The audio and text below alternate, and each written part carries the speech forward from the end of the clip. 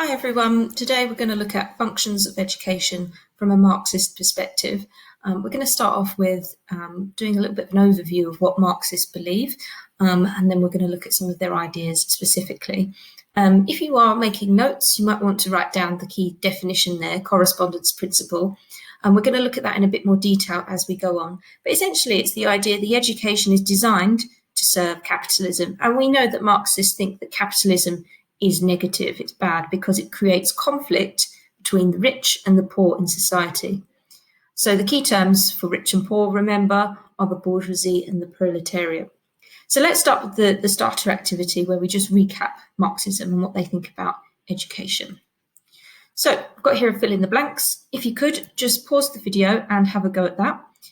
There's also a challenge task there for you to think about as well, about how this view is different to the functionalist view of education. So pause the video, have a go, and then when I change slides, you can check your answers. So firstly, Marxists believe the education system acts as a means of socializing children into their class positions and to make sure they do not challenge the system. So what they're saying is the education system socializes, so teaches the norms and values to children to make sure that they stay in their class position. So education actually helps working class kids stay working class and middle class kids stay middle class. And you might think, well, how does it do that? Actually, education, as functionalists say, is a vehicle for social mobility. You get good qualifications, you go out, you can get a good job, a job better than perhaps what your parents or grandparents had, and you can be more successful. Marxists think that this is largely a myth and that for most working class kids, this doesn't happen. So they see education as supporting capitalism by ensuring that working class pupils are prepared for boring, repetitive labour, while middle class pupils are encouraged to aspire to higher levels of education. We can see this partly through the proportions of students that go to higher education, so university. Middle class kids are more likely to go to university than working class kids. Similarly, we can see that at A-level, middle class kids are more likely to do academic A-level programs, and working class kids are more likely to go off and do BTEC, vocational qualifications. And so Marxists are essentially saying school reproduces the class system. That point there about the working class are prepared for boring, repetitive labour, if they're going to go off and get a job, perhaps at the lower end of the social spectrum, like if you think about a call centre job or data entry job, those kinds of jobs are boring and repetitive. So Marxists think that school is boring and repetitive to prepare working class kids for that kind of work when they're older. And lastly, Marxists believe the idea of meritocracy is a myth. So remember, meritocracy, when we studied functionalism, means that the harder you work, the more likely you are to be successful. And that if you work hard, you should see rewards for your labour. Marxists think that this isn't true because actually working class kids can work just as hard as a middle class student, but not have the same chance of success. And they actually think the education system is largely unfair. And you can think about this in terms of effort. So if we have a middle class student and a working class student, and they both put in the same amount of time and effort into their studies, why is it the middle class student is more likely to succeed? It might be because they have more resources. So if you think about money, middle class students have more money to be successful. They might have more revision guides. They might have faster broadband access, to the internet, that sort of thing. And that leads to them being more successful. In terms of how does it compare to the functionalist view, obviously it's the opposite, isn't it? Functionalists think education is very positive. Everyone's got a fair chance to succeed. Marxists think the opposite, that it's actually quite negative and some students have more of a head start than others. So does school mirror work? So if you think about the two pictures there, we've got a picture of a busy classroom and a picture of a busy factory. How are they quite similar? So if you think about dress, obviously the students in that photo don't wear uniform, but generally schools will have some sort of dress code, rules about what you can and can't wear. And this is the same as work. Generally, there are rules about what you can and can't wear. And this might be for safety reasons, but it also might be because they want their workers to look a particular way. They want them to look smart.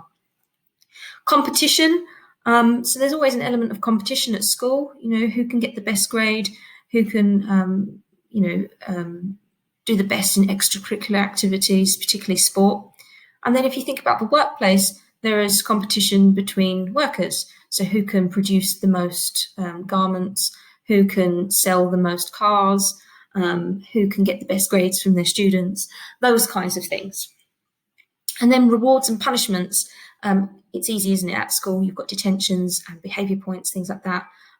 Postcards home as rewards, trips, etc. And then at work, you've got things like promotions, demotions, you can get sacked, etc.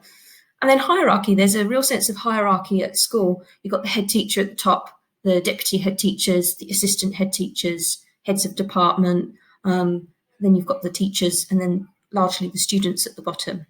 And at work, you've got the same. The majority of workers are at the bottom of the hierarchy and the bosses are at the top. So what we're seeing here is Marxists are saying that school mirrors work.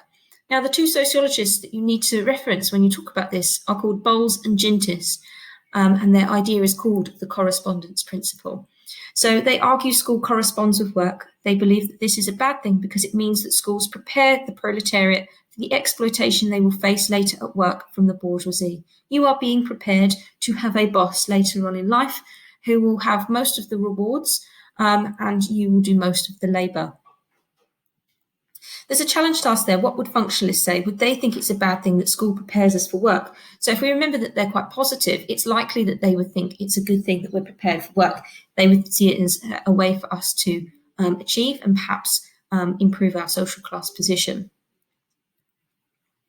So there are two types of curriculum, the formal curriculum and the hidden curriculum. So the formal curriculum is what we all know, the subjects taught to you at school. But the hidden curriculum is things that Marxists say are taught to us, but not in lesson. So they're kind of the unwritten rules that we all just know about by being at school. We don't need someone to be explicit and teach them to us. So I've got a box there with some examples of things that might be on the hidden or formal curriculum. So maths is obviously the formal curriculum. It's part of your timetable, as is sociology. But hierarchy, that is not taught to you specifically. You just kind of pick it up as you are doing your usual school activities. Same with manners. They are taught to you as part of your everyday school experience. English is part of the formal curriculum. It's a taught subject. And all the rest here that I've got are part of the hidden curriculum. So obedience, competition, routines, and dress codes. Obviously, if you break some of these unwritten rules, you might still face a sanction. So if I don't use appropriate manners, I might get told off. If I turn up to school in the wrong dress code, I might get sent home. So just because they're not necessarily explicitly taught to us, it doesn't mean that they don't carry some sort of sanctions with them. And this is school teaching us those unwritten rules that you're expected to conform to. So why do they think that this is a bad thing? Because surely it's important to learn manners, to be obedient, to wear the right thing, etc. But obviously they think it's a bad thing because it's making sure that you are controlled, that the proletariat and the students are controlled by the bourgeoisie. And that you do it unquestioningly. Eventually, it just becomes so part of your normal daily routine that you don't think to question the things that you're being told to do.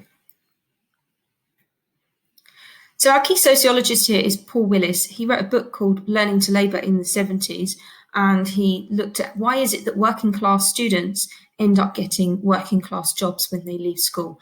Because surely education is the vehicle for you to become whatever you want to be. So why is it that most working class students didn't suddenly become middle class and earn loads of money and have lots of success when they were older?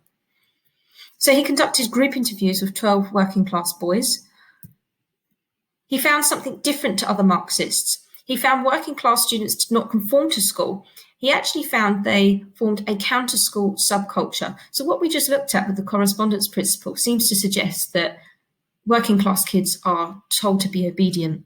Willis didn't find this. He thought that actually they formed an anti-school subculture. They were actually quite naughty. They rejected the values of the school and didn't obey.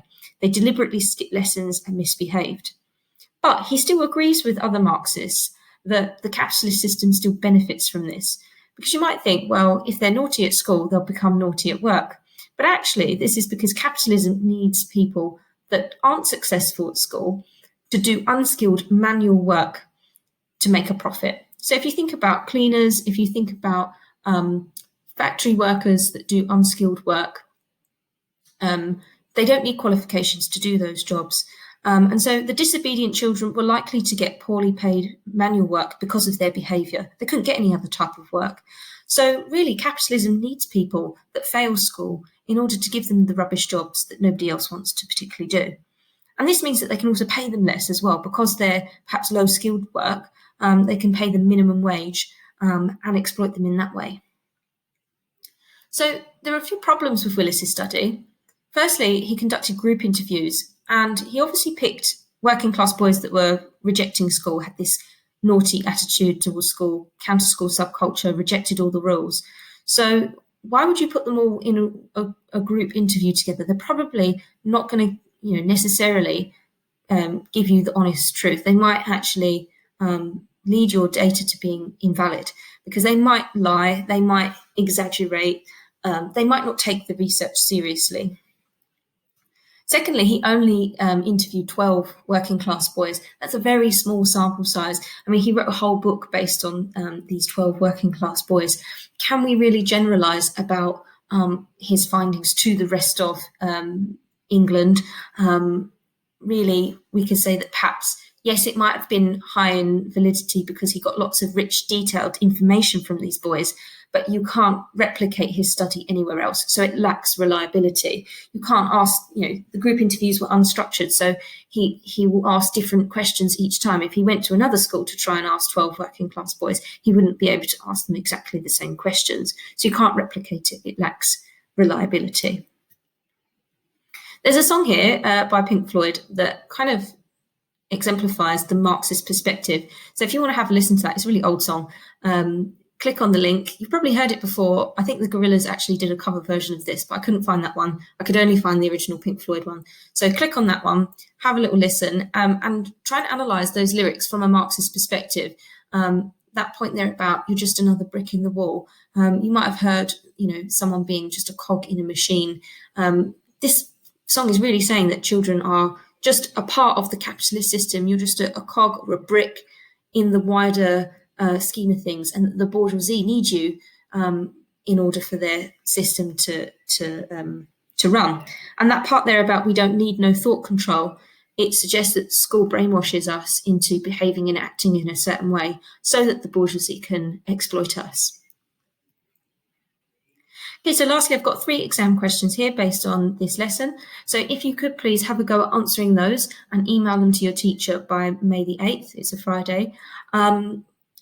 If you get stuck, then just email me or Miss, and we will get back to you with some sentence starters. But hopefully, based on what we've learned today, it shouldn't be too much trouble. Okay, I look forward to receiving your questions. Take care, and I'll send you out another PowerPoint soon. Bye.